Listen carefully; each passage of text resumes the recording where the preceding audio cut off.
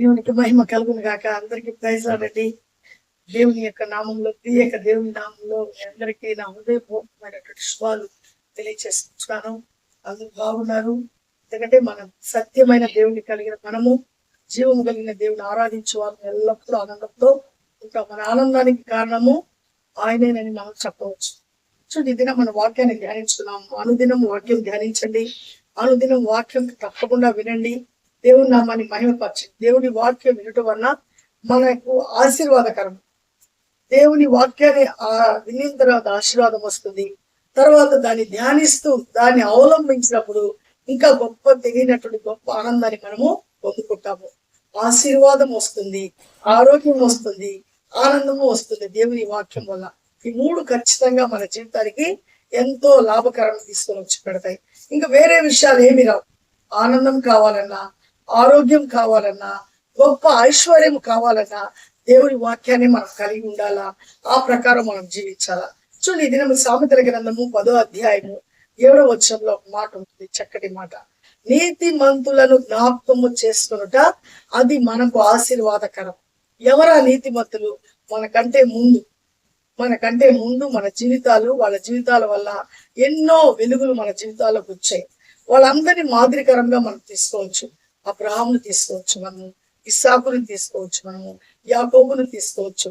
ఇకపోతే ఎంతో మంది మన యొక్క దేవుని గ్రంథంలో దేవునికి ఇష్టమైన జీవితం జీవించి ఎన్ని శోధనలు వచ్చినా, ఎన్ని బాధలు వచ్చినా, ఎన్ని కష్టాలు వచ్చినా దేవుని యొక్క మాటను ధిక్కరించకుండా, దేవుని దగ్గర సడగకుండా దేవునితో నడిచినటువంటి వారందరూ మనకు మాదిరికరమైనటువంటి ఆ యొక్క నీతి మంతులు. కాబట్టి ఆ నీతి మంతులను జ్ఞాపకం చేసుకుంటా మనకు ఆశీర్వాదకరం.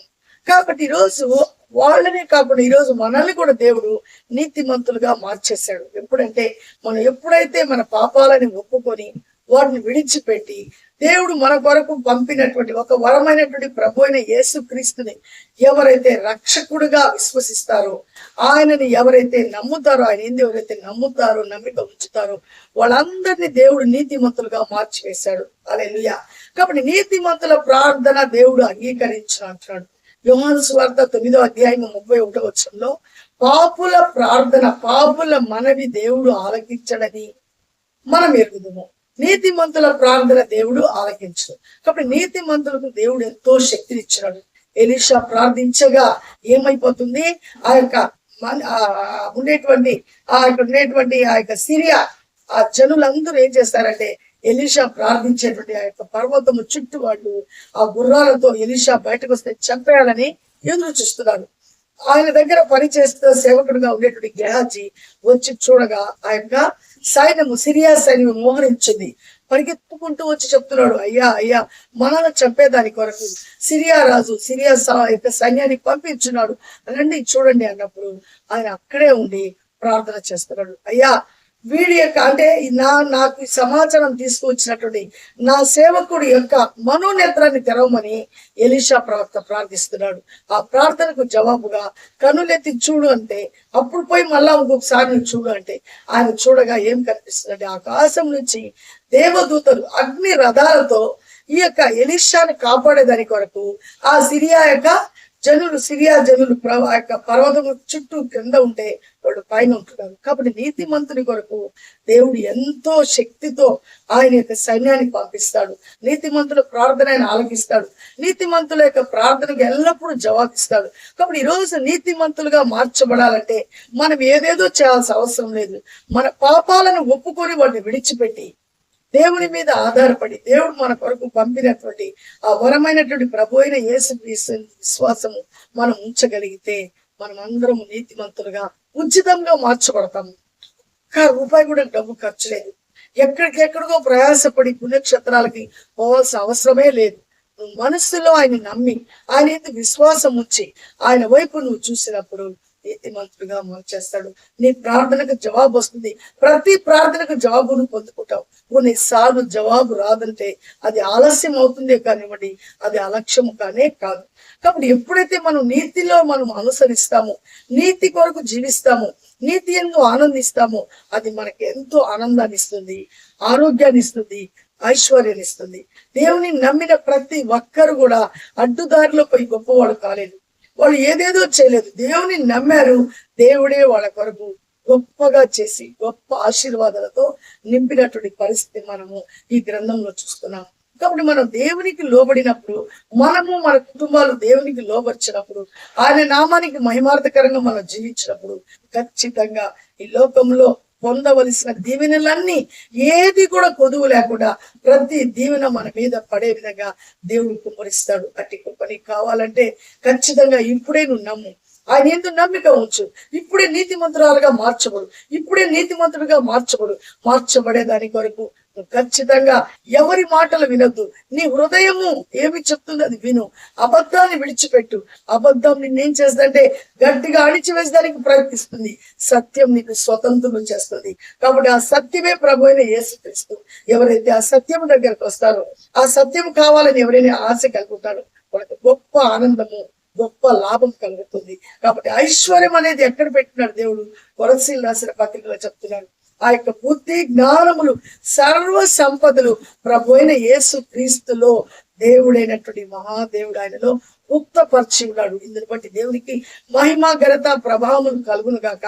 కాబట్టి A to Z ప్యాకేజ్ మన ప్రభు అయిన యేసు క్రీస్తులో సమస్తాన్ని, అన్నిటికంటే ముఖ్యంగా పరలోకానికి పోయేదాని కొరకు జీవాన్ని మన కొరకు ఉంచున్నాడు.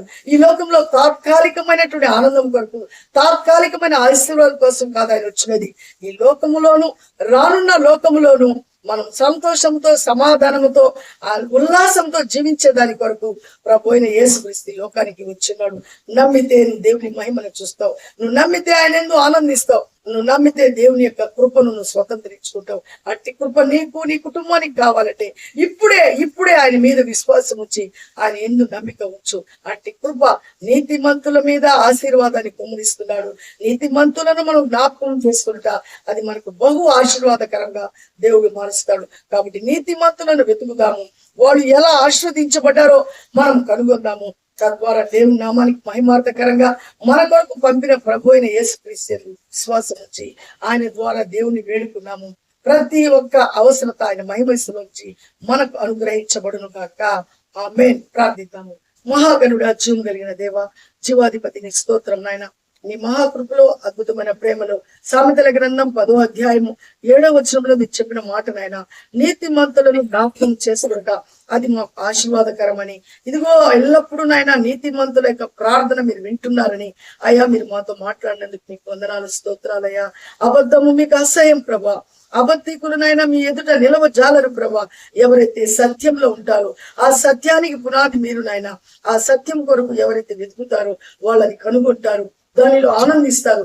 అట్టి కృప ప్రతి బిడ్డకు మీరు అనుగ్రహించమని, ప్రతి ఒక్కరూ నాయన నిన్ను చేర్చుకున్నట్టుకు, నీ నామాన్ని మహిమపరచడుకు, నువ్వు ఇచ్చేటువంటి ఐశ్వర్యాన్ని, నువ్వు ఇచ్చేటువంటి ఆనందాన్ని, నువ్వు ఇచ్చేటువంటి ఆరోగ్యాన్ని పొందుకునేటువంటి కృప ప్రతి ఒక్కరికి అనుగ్రహించి మీరే మహిమపరచబడమని.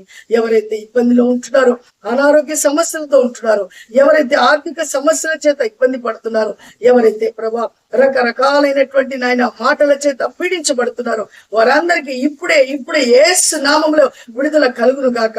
నమ్మితే దేవుని మహిమను చూస్తామని మీరు చెప్తున్నారు. ఆ నమ్మే విధంగా వాళ్ళ హృదయాలు మార్చి మీకు సాక్షులుగా ఉంచుకోమని యేసయ్య పరిశుద్ధ నామములో అడిగి ప్రతి వాలి వేడుకుంటున్నాను పరమ తండ్రి. ఆమేన్, ఆమేన్. అందరికీ ప్రైజ్ లార్డ్. దేవుడు మనకు తోడే ఉంటుంది గాక.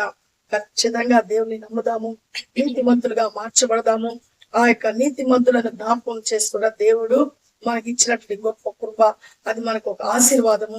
కాబట్టి అందరినీ మనం జ్ఞాపకం చేసుకుని వాళ్ళు దేవునికి ఎలా లోబడ్డారు, దేవుని మీద ఎలా ఆధారపడ్డారు, దేవుని కృపకు ఎలా పాత్రయ్యారో గ్రహిస్తాము. దేవుని కృప నిరంతరం మనకు, మన కుటుంబాలకు మెండుగా తోడుగా ఉంటుంది కాక. షేర్ చేయండి, లైక్ చేయండి, సబ్స్క్రైబ్ చేయండి.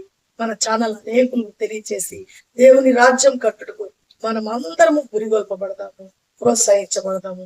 మరలా మనం కలుసుకునే పర్యంతరము ఆయన కృపాక్షేమములు మనకు, మన కుటుంబాలకు తోడుగా ఉంటుంది గాక. షాలోమ్.